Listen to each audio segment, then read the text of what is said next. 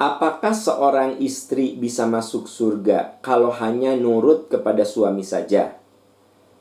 Buatkan makan, minum, sabar. Walaupun sholat 5 waktunya masih lemah.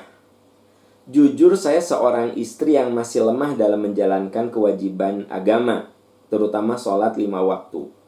Dulu saya ingin punya suami yang taat beragama agar bisa mengajak saya untuk menjalankan kewajiban bersama-sama. Tapi ternyata saya mempunyai suami yang lemah dalam melaksanakan kewajiban. Dan saya juga makin lemah dalam melaksanakan kewajiban. Bagaimana solusinya? Ya, begini Teteh, Ibu, ya.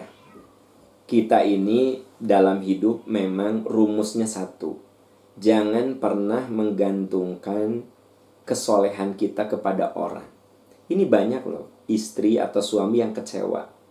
Aku tuh ya, Pak Aam nikah sama dia, harapannya dia bisa membimbing aku. Nah, ternyata suami aku tuh ya Allah, sholatnya ternyata lebih parah dari aku.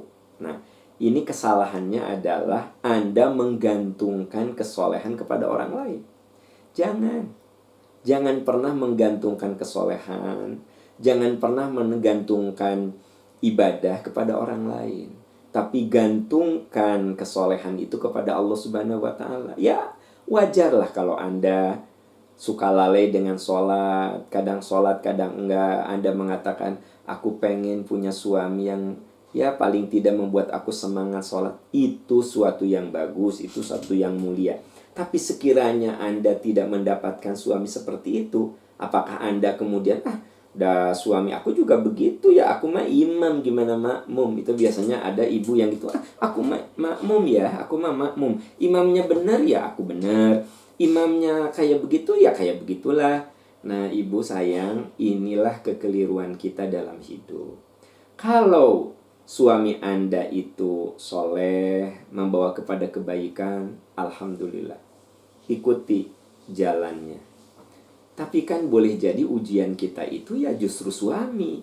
Seperti Asia, kan justru ujian terberatnya itu suami. Suaminya zalim. Bahkan suaminya itu kezalimannya di tingkat dewa gitu, kata anak sekarang. Dia bunuh itu anak laki-laki. Bayi laki-laki dibunuh semuanya. Karena khawatir merusak kekuasaannya ke depan. Prihatin yang namanya istri itu.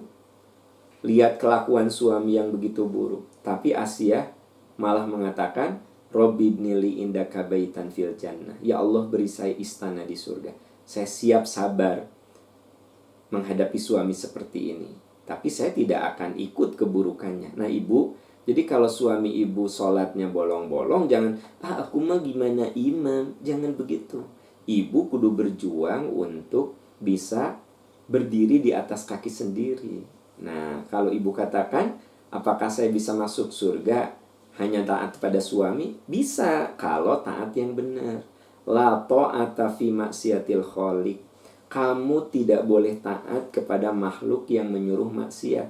Ya, Anda sebagai istri melakukan kewajiban sebagai istri, itulah pintu surga Anda. Tapi begitu suami tidak sholat, tidak memberikan keteladanan dalam ibadah, ya Anda jangan ikut dialah. Jangan alasannya, aku mau gimana imam. Ya kalau imamnya salah, jangan diikuti. Kalau imamnya nggak benar, jangan ditaati. Anda hanya melaksanakan kewajiban Anda sebagai istri.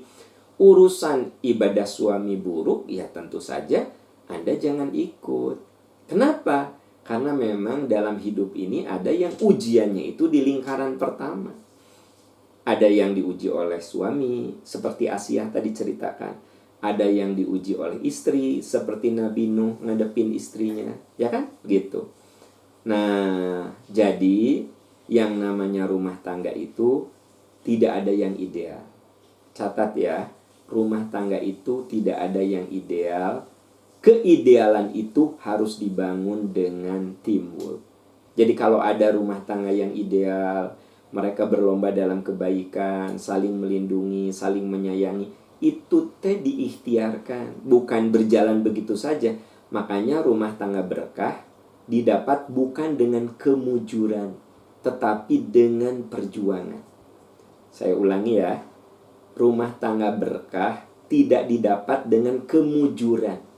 Mujur, ya. Tetapi apa? Dengan ikhtiar yang tiada lelah, ikhtiar yang tiada capek, ikhtiar yang terus-menerus. Begitu.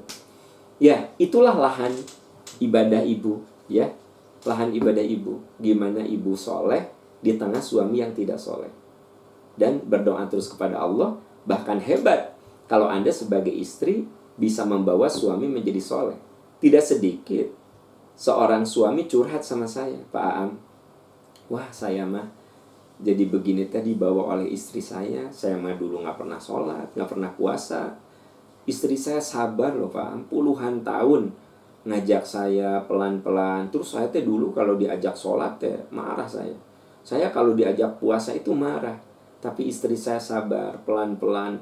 Akhirnya alhamdulillah Pak Am, ini perjuangan istri saya loh. Nah, ada bapak yang curhat sama saya, dia soleh itu karena perjuangan istrinya.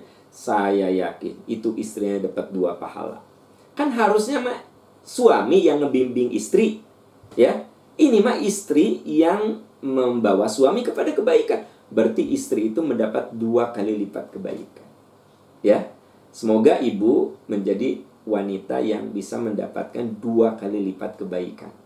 Berjuanglah agar ibu soleh dan suami mudah-mudahan terbawa. Anak-anak terbawa. Sehingga ibu menjadi agen kesolehan. Menjadi pusat kesolehan. Itu yang kita harapkan. Semoga Allah menolong ibu. Terima kasih ya. Itu jawaban saya. Alhamdulillah.